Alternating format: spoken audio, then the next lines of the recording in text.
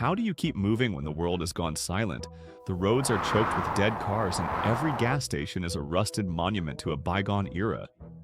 Your trusty Ford Crown Victoria, a relic of the old world, sits waiting, but its tank is dry. No more gasoline, and what little fuel remains in forgotten hordes costs more than your life in this Mad Max landscape. You need to drive, to escape, to find what little is left beyond the ruins. And more importantly, your survival depends on it. Mobility means life, means reaching vital resources, means outrunning threats in a landscape where every shadow hides new danger. Staying put often proves a death sentence in this new, unforgiving reality. You must adapt, you must innovate, you must find a way to make your wheels turn, no matter the challenges, no matter the despair. Before we dive into the gritty details of reclaiming your freedom on the asphalt, take a moment. If you are learning something crucial for your future survival, or simply enjoying the dark humor of this hypothetical apocalypse, why not subscribe to Bunker with a View? Join our growing community of resourceful survivors who understand the true value of knowledge. Also, tell us in the comments where you are watching from, or what immediate survival challenges you're facing right now. We thrive on your insights and your shared resilience, building a network of vital information in these uncertain times. We are making biodiesel. This is not some futuristic fantasy or a forgotten relic of old science from faded textbooks. This is practical, immediate knowledge, vital for anyone who plans to outlive the collapse. You might think it is complex a task for a mad scientist in a secure lab, but the process is surprisingly straightforward when you break it down into its fundamental elements. We will transform discarded refuse into the very essence of power, giving you an advantage no one else will possess. You will need 3 primary ingredients for this fuel of the future, or perhaps the fuel of a desperate past rediscovered. First, you need a source of fat or oil, ideally used vegetable oil. This forms the backbone of your new fuel, the greasy gold of the wasteland, the energy source for your escape. Second, you will require methanol, a type of alcohol that will kickstart the chemical transformation. Third, you will need caustic soda, a powerful base that acts as the essential catalyst for our crude alchemy. Let us start with the greasy gold, used vegetable oil. Where do you find such a treasure in a world that has stopped cooking, where ovens are cold and diners are derelict? Your best bet lies in the abandoned echoes of the fast food industry. Think about the silent fryers of vanished diners, the forgotten kitchens of defunct restaurants, or the greasy vats of old convenience stores. These places often hold reservoirs of discarded oil, left behind in the chaotic scramble to escape when everything went dark. Be thorough in your search. Check every back alley, every forgotten dumpster, every storage shed that might have once belonged to an eatery. Sometimes you will find it in large drums or buckets, still viable despite the years of neglect. Other times it might be congealed, hardened, or mixed with detritus, but even then, it can often be salvaged with sufficient effort. Do not dismiss any potential source until you have thoroughly investigated it, and more importantly, expand your search beyond the obvious haunts. Look for forgotten food processing plants or even defunct bakeries that once produced treats. Many industrial operations used vast quantities of cooking oil that might still be sitting in forgotten storage tanks, waiting for you to discover them. The older the business, the more likely they relied on traditional fats and oils, so consider the history of the location. These large caches represent a significant boost to your fuel reserves. You might even find it in canned goods from forgotten pantries or collapsed supermarkets, though this yields smaller amounts. Many pre-made meals and preserved foods contained significant amounts of vegetable oil which can be extracted. While this will be a smaller yield, it is a viable option for smaller batches, especially if larger sources are depleted or inaccessible.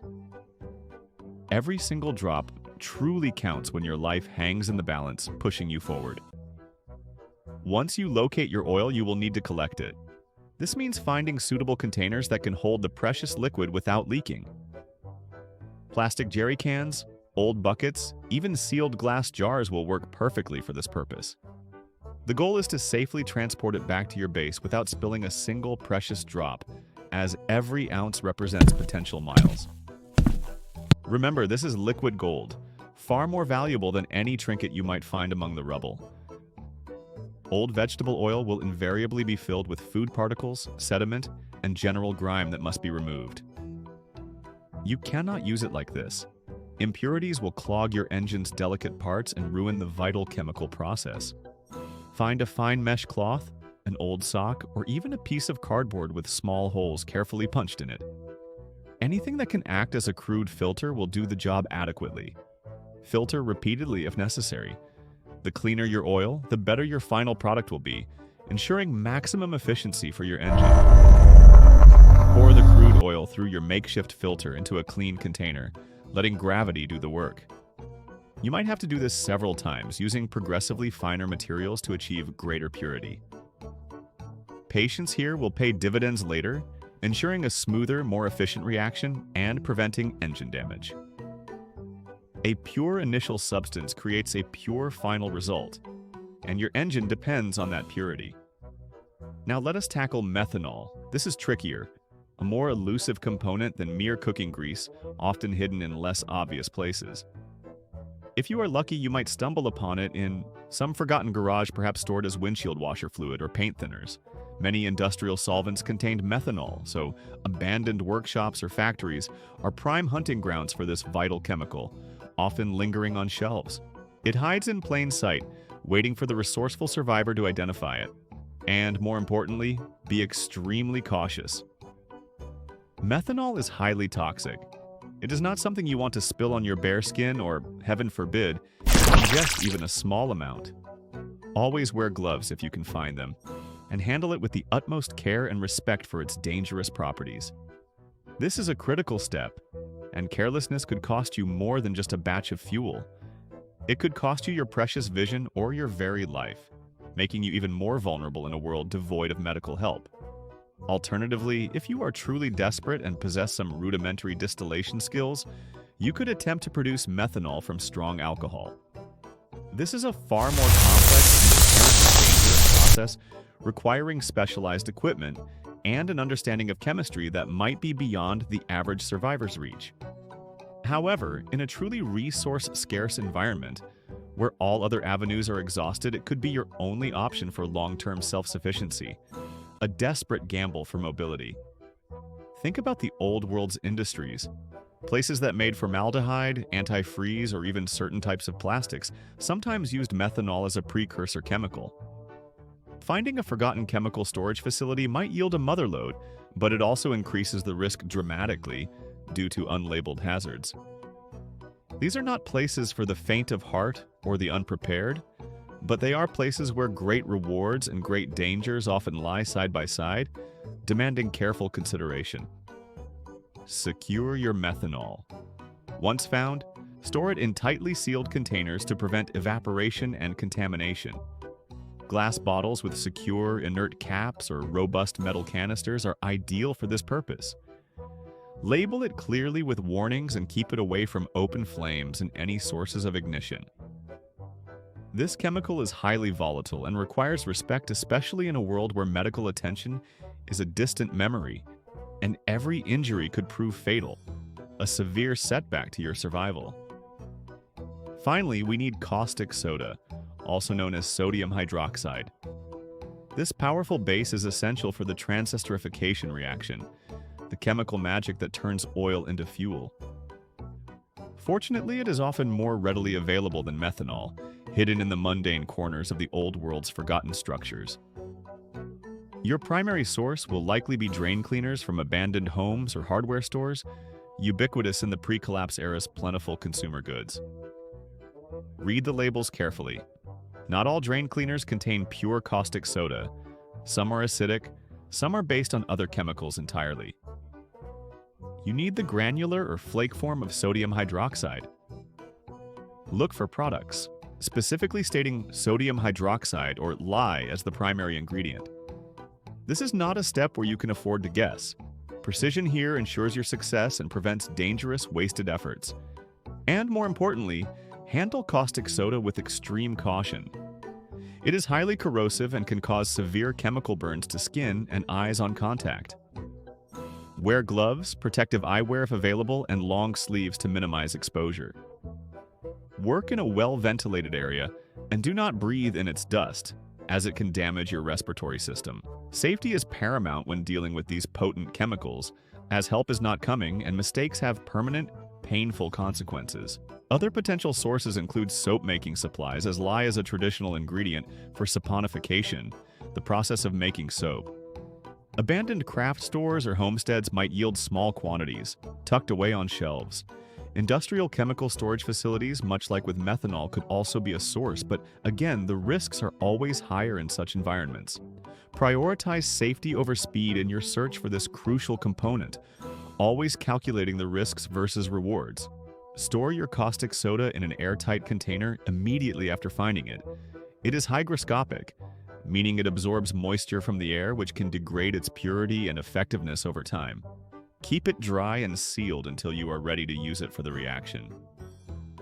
A sturdy plastic container with a tight lid or a well-sealed glass jar will suffice, protecting it from the elements until needed for your grand experiment. With your scavenged and filtered vegetable oil, your carefully procured methanol, and your dangerously effective caustic soda, you are now armed with the vital raw materials. You have transformed the junk of the old world into the potential for mobility in the new. This is not just about making fuel. It is about reclaiming autonomy, about defying the odds, about moving forward when everything else has ground to a halt. It is about asserting your will against the silent, demanding world. You have faced the empty roads, the silent pumps, and the crushing despair of a world without power. But you refuse to yield to the overwhelming desolation. You scavenged, you planned, you prepared with relentless determination. Now, with these vital ingredients secured, you stand at the precipice of true self-sufficiency, poised for a breakthrough. You are ready to ignite a new path. In our next crucial phase, we will combine these components and unleash the chemical magic that transforms waste into the roar of an engine. Get ready to turn grease into power. You have faced the empty roads and scoured the silent ruins. Your hands are stained with the grease of forgotten fryers, and your senses are sharp from searching abandoned garages. You gathered the greasy gold, the volatile alcohol, and the corrosive catalyst. Now you stand at the precipice of true self-sufficiency, ready to transform mere waste into the roar of an engine, defying the end of the world with ingenuity. And more importantly, your hard-won mobility depends on the success of this critical process. You hold the power to bring life back to your vehicle, to make the impossible a stark reality in a static world. This is where the real work begins, the true alchemy of survival, demanding your focused attention and careful execution. Each step is a bridge between despair and liberation. You will need the 3 essential ingredients you meticulously gathered: filtered vegetable oil, pure methanol, and granular caustic soda. These components, once disparate and inert, will now combine in a dangerous dance of chemistry under your watchful guidance. You have the potential to reclaim autonomy, to ensure your passage across the desolate landscapes that lie ahead. The power is literally in your hands, waiting for your command. Safety is paramount. Methanol and caustic soda are not to be trifled with. They are highly dangerous chemicals that demand your utmost respect and careful handling. Wear every piece of protective gear you can find. Robust gloves, long sleeves, and eye protection, even if it is just a pair of old safety glasses scavenged from a workshop. Your vision is priceless in this new world, so guard it fiercely. Work only in a well-ventilated area, preferably outdoors, or with strong airflow, and never breathe in the fumes directly. A single mistake here could cost you your vision, your skin, or your life in a world where there are no hospitals, no quick fixes, just brutal, permanent consequences. Treat these chemicals with the reverence they command, as they hold both power and peril in equal measure. First, you will prepare your powerful catalyst. You will need a sturdy plastic bottle or container, ideally one that can be tightly sealed but also vented and will not react adversely with the chemicals. Ensure this container is completely dry, as even a small amount of water will prematurely activate the caustic soda and dilute the methanol, drastically reducing its effectiveness. Every single detail matters immensely in this precision process. Next, Measure out your methanol precisely. Accuracy is key in this process for a balanced reaction to occur. For every 100 parts of filtered vegetable oil you plan to convert, you will need approximately 20 parts of methanol. This ratio is crucial for a successful reaction, so measure carefully using any available measuring tool, no matter how crude. Do not guess the quantities, as it can lead to a failed batch and wasted precious resources. Then measure your caustic soda. For every 100 parts of filtered vegetable oil, you will need around 3.5 to 5 parts of caustic soda, depending on the oil's acidity. The older and darker your scavenged oil, the more caustic soda it will likely require to neutralize it effectively. It is a delicate balance, one that often requires a small test batch first, but for now, aim for the mid-range if you cannot perform a preliminary test. A slight excess is generally better than too little in the early stages, though too much can cause other problems later in the process. Accuracy ensures efficiency. Carefully add the measured caustic soda to your measured methanol in the plastic bottle. Always add the solid to the liquid, never the other way around, to control the immediate reaction and prevent dangerous splashing and heat spikes. The mixture will begin to heat up significantly and immediately generating a good deal of warmth, sometimes even becoming hot to the touch. Swirl the bottle gently to help the caustic soda dissolve completely into the methanol, ensuring a homogeneous mixture forms without solid residues. Do not cap the bottle tightly immediately after adding the caustic soda. The dissolving process creates heat and fumes, and a tight cap could lead to dangerous pressure buildup, a scenario you absolutely must avoid for your own safety. Leave the cap slightly loose or vent it periodically to release any pressure that accumulates. Continue to swirl until all the caustic soda crystals have completely dissolved, resulting in a clear, colorless, or slightly yellowish liquid. This process can take several minutes, so be patient and attentive. Once fully dissolved, you have successfully created methoxide, your powerful catalyst for transformation. Now, prepare your filtered vegetable oil for the main event. You will need to warm it slightly to around 120 to 140 degrees Fahrenheit.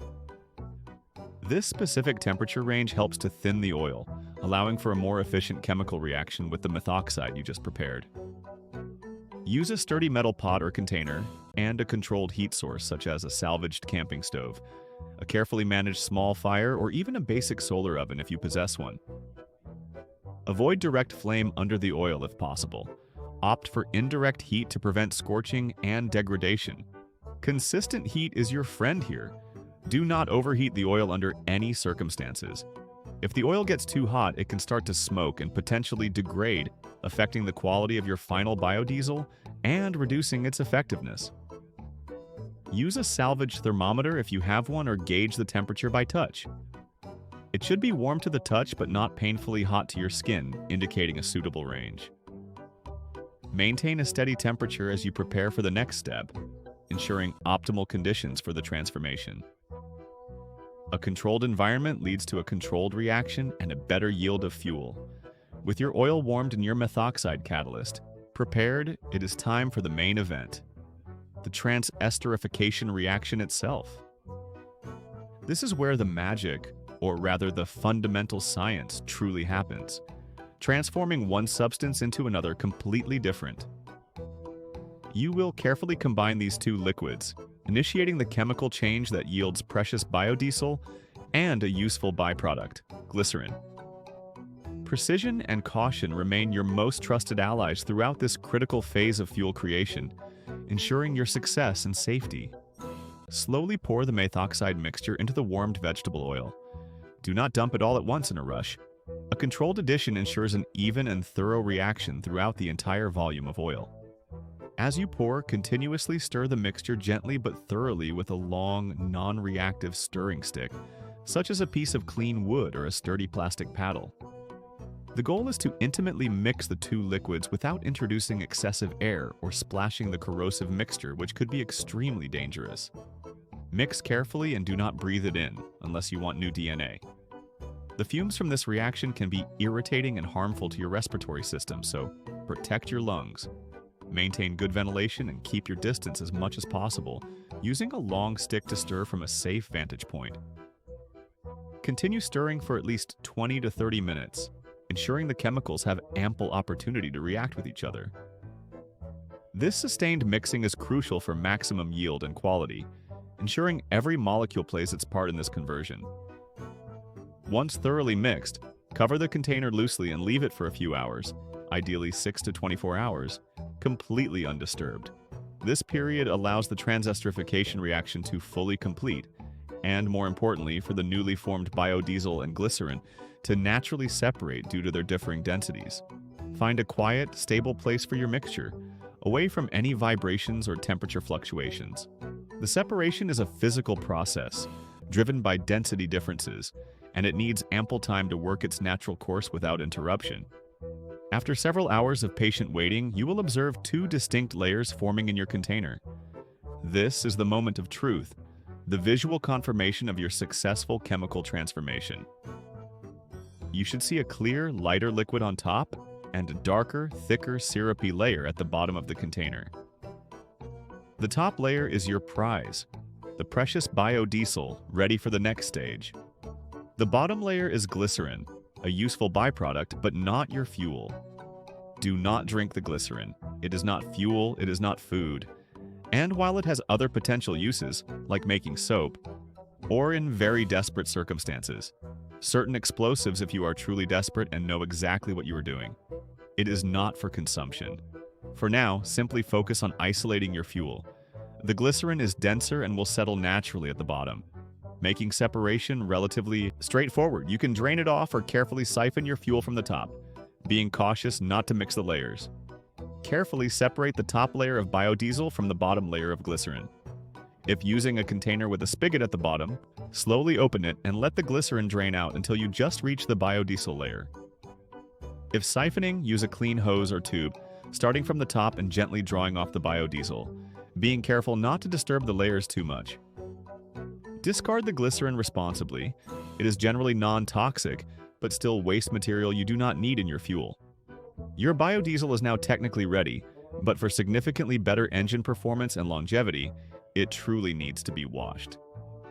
This crucial process removes any lingering methanol, unreacted caustic soda, or soaps formed during the reaction. These impurities can corrode your engine or cause issues, so a proper wash is highly recommended for the health of your vehicle. It adds an extra step but significantly improves the quality of your final product, extending your engine's life in this new, unforgiving world. You will need clean water for this step as pure as you can find. For every 10 parts of biodiesel you have produced, you will need approximately 1 part of clean, fresh water. Use another clean container, preferably transparent, so you can observe the separation process clearly. This washing process is vital for ensuring your engine runs smoothly and reliably, extending its operational life in a world without mechanics or readily available spare parts. Water quality directly impacts fuel quality. Gently mix the raw biodiesel with clean water. You can pour the water over the biodiesel or gently combine them in the container, but do not agitate too vigorously. You want to wash out impurities, not create an unwanted emulsion that is hard to separate. A gentle swirling or bubbling from the bottom using an air stone, if available, works best, slowly combining the two liquids. Allow the mixture to sit for several hours again, or even overnight for the water to absorb impurities and settle to the bottom, as dirty wash water carrying away contaminants. Repeat the wash until the water comes out perfectly clear. The first few washes will likely result in cloudy or colored water, clearly indicating the presence of impurities being removed from your fuel. Drain the dirty wash water from the bottom, just as you did with the glycerin, taking care not to lose any precious fuel. Repeat step 4 and rule 6 several times until the water that separates at the bottom is perfectly clear, indicating that your biodiesel is clean and pure. A final crucial step might then involve thoroughly drying the fuel. The ultimate test for dryness involves placing a small sample in a clear container and heating it gently. If you see bubbling, there is still water present, which needs to be removed before use. You can air dry your biodiesel by leaving it in an open container in a dry, warm place for a day or two, allowing any remaining water to evaporate naturally into the air. A perfectly dry fuel is crucial for preventing water contamination in your engine, which can lead to rust and severe, irreparable damage to vital components and systems. With your clean, dry biodiesel, the moment of truth has finally arrived. You hold the key to mobility, forged from the scraps of a fallen world with your own grit and determination. This is not just fuel.